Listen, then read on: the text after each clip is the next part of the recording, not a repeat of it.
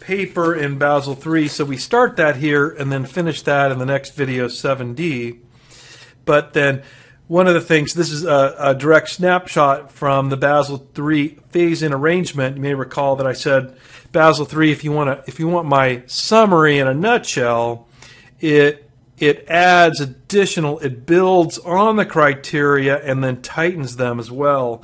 And so Basel III, at the risk, unfortunately, of additional complexity, which is really the last thing it needed, it's imposed additional criteria, protections. So we have a leverage ratio, we have a minimum Tier 1 capital in addition to a minimum total capital. So we have a couple of additional accounts here, including that liquidity, the leverage, the capital conservation buffer, and then now minimum Tier 1 capital.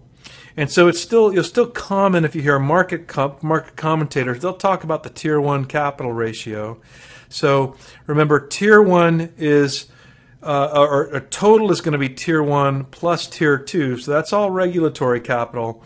But then we can move from Tier 1 to total, so that's going to include Tier 1 and Tier 2, and you can see there's a phase-in. So eventually here, this Basel III contemplates a Tier 1 capital ratio of at least 6% and a total regulatory ratio of at least 8%, total capital, Tier 1 plus Tier 2.